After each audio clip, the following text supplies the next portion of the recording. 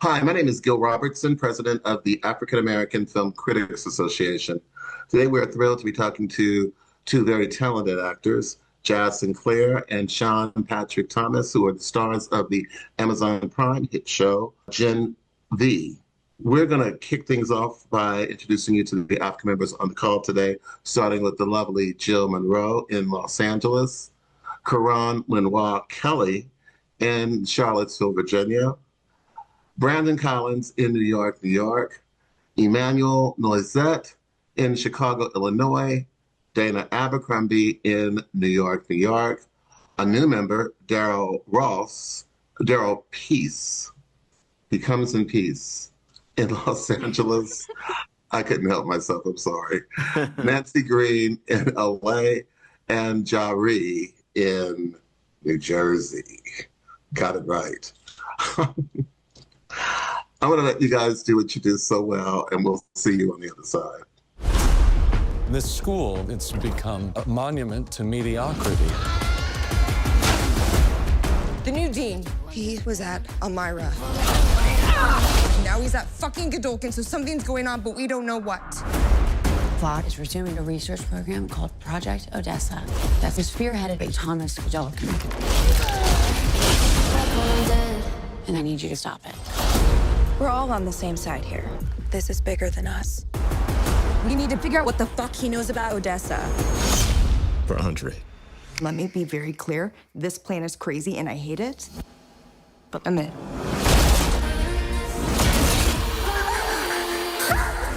You can all level up under the right amount of pressure.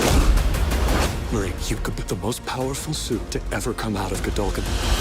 More powerful than Homelander. I need answers. You want to know what Odessa means? This is how you find out. Cypher believes I'm this weapon. Let's at least use it to do something good. Sabotage. I want all of this to stop! The time's come. You're stronger than the others. Embrace it. This makes you one of the most powerful suits in the world. I'm not any chosen one. Chosen ones are like Harry Potter, Neo, fucking Frodo, fucking Frodo.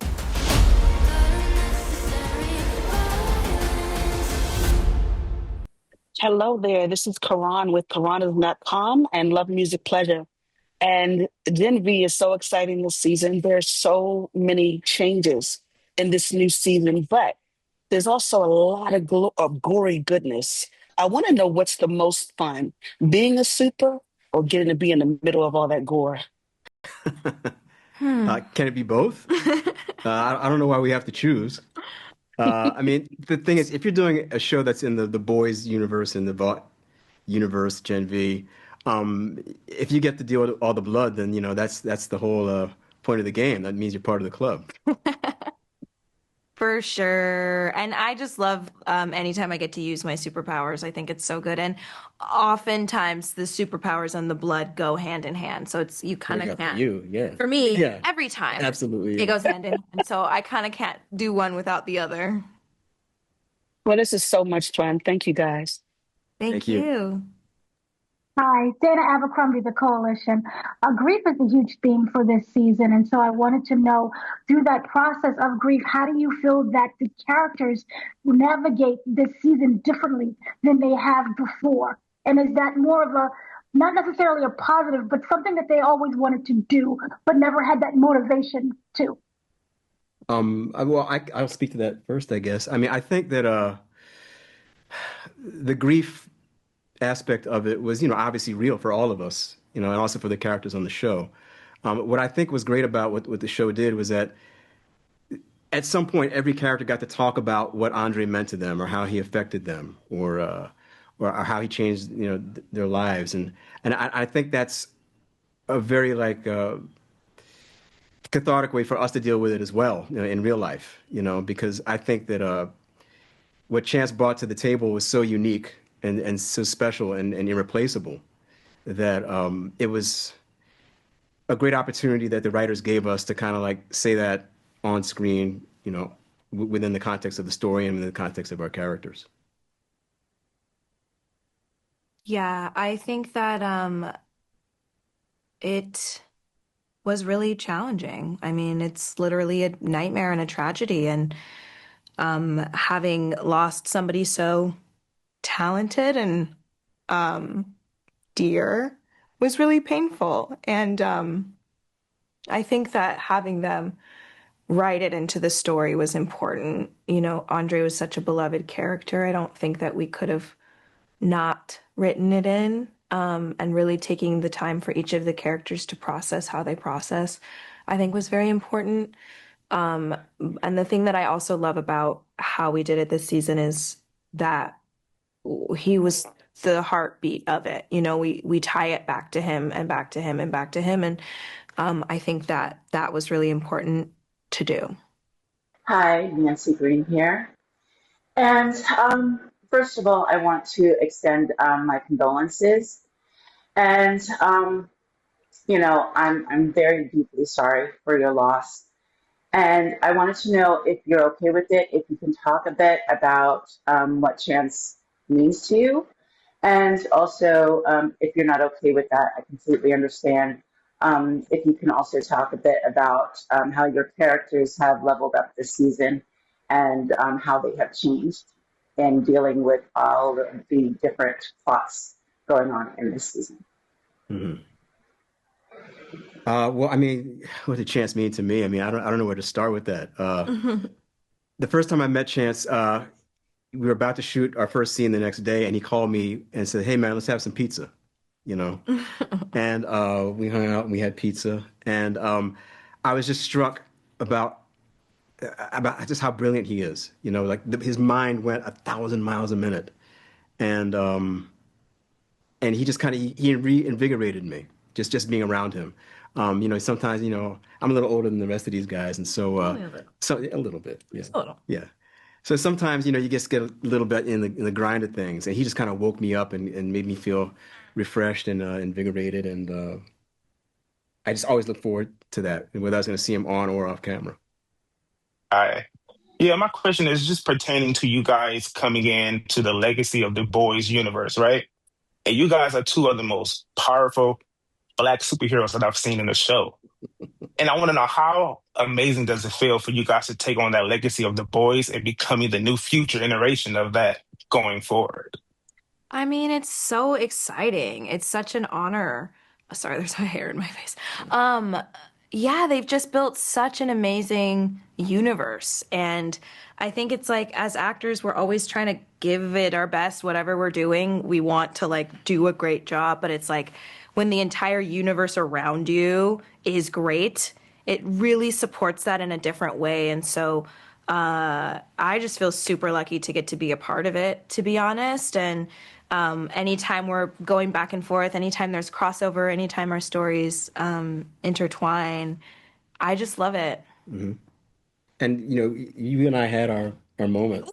We had a moment on set where we looked at each other and we were like, oh my God, these two Black characters are going to go in there and handle the business. Yeah.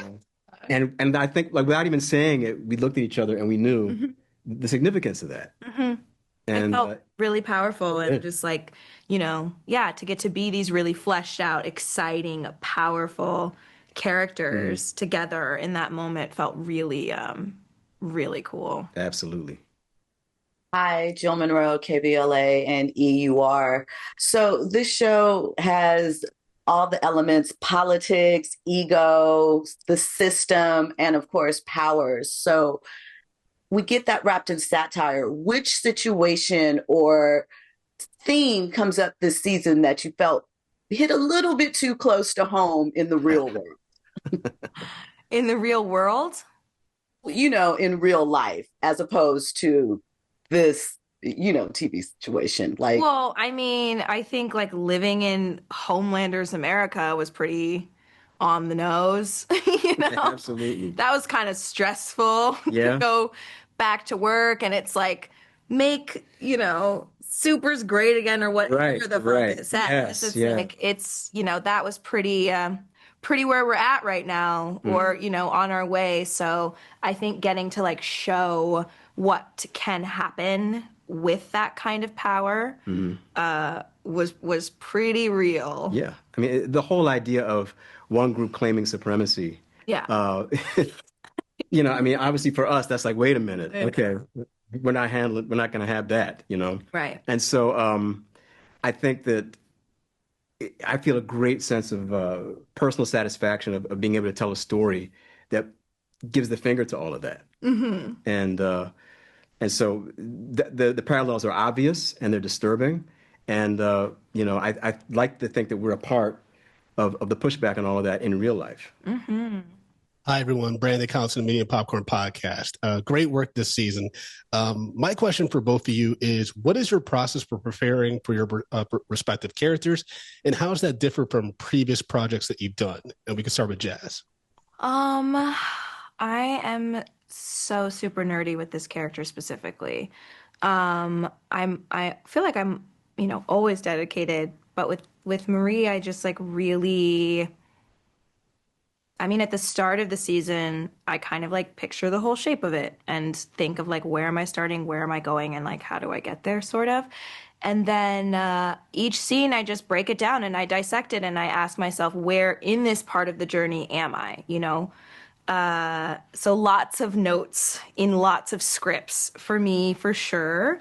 And then there's also a lot of physical preparation that goes into it as well. A lot of stunt training with John Koyama and his amazing team. We were out there doing that weeks, a month or so beforehand because they really wanted Marie in more combat this season, which I did get to do quite a bit more combat, which I just loved. So preparing for me is like, I'm preparing the work, I'm preparing the fighting, and I'm also like mentally and spiritually preparing for the fact that like all I'm going to do for the next 6 months is be on set. So there's also like that emotional preparation as well, and like being ready to like carry that and show up every day 100%. Mr. Thomas? Preparation for me, gosh, it's weird how I hate to sound so esoteric and artsy, but I will do it. I will do it. Go crazy. When it intersects with where you are in your real life, it dictates how you prepare, I suppose. And for me, polarity is a dad. That's at the core of what is going through him this season. And in my real life, I'm as a dad can be. I'm obsessed with being a father. I'm obsessed with my kids. And so to be just fully tapped into that on this show with this character and telling this story was really all the preparation that I needed, because that's that longing for his son and the guilt about his role in losing his son is all that you need to just kind of carry you through. Hi, Jeree with the TV Cave. This question is for both of you. Can you give 3 words to describe this new season? Bloody. Of course. Yeah. Surprising. This is your microphone. Thank you. A 3rd word? Anal. I'll leave it at that. Thanks so much for your time. You're not wrong. He's not wrong. That's on the money, right? Yeah, bloody, surprising, and anal. Yeah. Those are our words. Final answer. Hey there, Emmanuel Noisette from the movie blog out here in Chicago. I had like a whole nerdy question and everything about the season, but my heart just started to just pound when I heard Jazz talking about Chance. And I just from one person, a human to a human, how are you guys doing? And what are you doing for self-care after? Because you guys went through all that tragedy in the beginning, but now you got to relive all this stuff and go through the whole process. And I'm just like, yo, are you guys okay? How are you doing? Thanks, man. Yeah, it's a lot. It's a lot. And it's also just for me personally, it's I'm not really ever going to fully share my experience because it's just too much to share. It's too personal and it's full and multifaceted and always changing and so I think part of the process for me in having this personal loss be a public loss is just like knowing what my boundaries are and knowing how much of it I'm willing to experience, share, and relive, you know? As far as personally, it's like I just have a really amazing support system and like lots of love in my life. So I process it like that. And yeah, I guess that's my answer. But I do feel safe and cared for and, you know, and I do feel it for sure. Yeah, I mean, I think as far as I'm concerned, it was very gratifying to come to set and see everybody just locked in to the same spirit of keeping Chance's, you know, memory alive and really doing justice to his character and to who he was as an actor and as a person in the way we went about our work. I sensed like a deeper commitment and a deeper seriousness this year, and I really think that really had a lot to do with Chance. I think so too, and I just like, you know, something that I thought about like in terms of like how they wrote it in, or you know, like at the end in, you know, with our scene, whenever I'm like, that was for Andre, like that was my idea, you know, at the end, we were getting towards the end and I was like, hey, can we tie this back into Andre and make this whole bit about him, you know? And yeah, so for me, something that I was always thinking about was like, what will Chance's mom want to see? Yeah. You know? Yeah. Yeah. That's exactly it. So kind of trying to propel his memory forward for her. I think you did that. Thank you. And thank you for the water in the eyes now. Hello, it's Karan again with karanism.com and Love Music Pleasure. I would like to know, and this is one of my favorite questions to ask, with your characters, if there was one thing you could keep from your character, what would it be? Do you mean like a material thing or like a personality? A material thing, any of the artwork on set, any of the collections, the vignettes that we see in the various scenes. If there was one thing that could be your favorite that you could take away with you, what would it be? I think I'd take Polarity's house. I like his house. Yeah, I would take the whole house and everything in it. Yeah, that's fair. Yeah, I'll start there. Take the goat. I already took all the shit that I want from her. I have a knife, I have a necklace, I have some boots. Thank you. Check. Hi, Harrison Martin with FlixVlog. I really enjoyed the season. There were a lot of twists and turns. My question for you guys, with The Boys ending next season and then the spinoff Bot Rising starting soon, have you guys been informed of where your characters are going next? And if not, where would you like to see your characters go next? No, they don't tell us shit. They don't tell us anything. We have no idea. I would like to know where my character's going for sure. As far as what I'd like to see next, I mean, honestly, like, I feel like, you know, we left a lot on the table. Like this season really went there and we really like saw that whole storyline through. So I don't know, something kind of ground up for season 3 for me would be amazing. Like, I want to say I want a super suit, but like, do I want a super suit? Well, do I want to get into a super suit every day? Right. Like, that's a lot. And it sounds hot. It sounds hot. Yeah.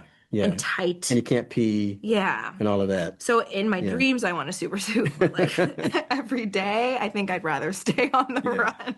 And what about for Polarity?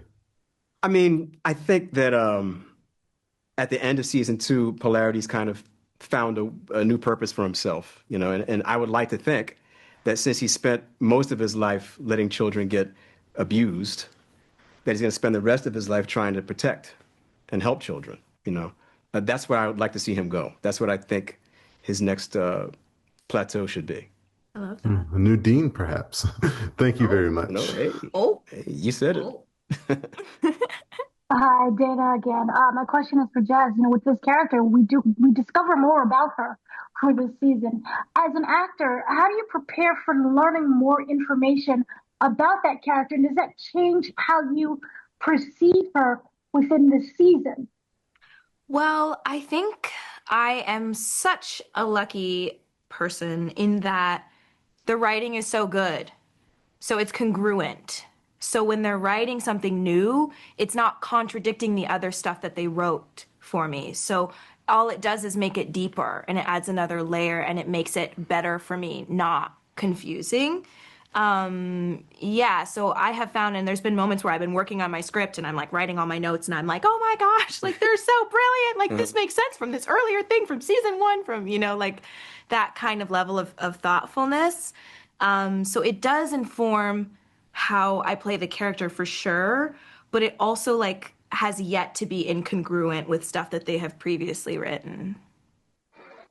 Hi, Nancy again. And one of the things I noticed about this season was how both Marie and Polarity really are kind of like in their own worlds initially. And I wanted to know if you could talk a bit about your characters' journeys from being sort of just kind of wanting to be this one person, like band going on and doing their own thing, to like how they transition throughout the show to being more willing to work together. Mm-hmm. Yeah, good question. Well, I think in terms of Polarity's journey, he has already decided that he's done with the world, that he's finished, that he doesn't have anything more to offer, and he has no reason to live, no will to live. And so I think when he gets the visit from Emma in the first episode, she's the one that kind of drags him out of the darkness and to try and like do something, to make some purpose out of what happened. And so I think that when she kind of like spurs him to action, it opens him up to like being able to try and connect with other people if he can. And then things kind of progress from there. Mm. And Jeff?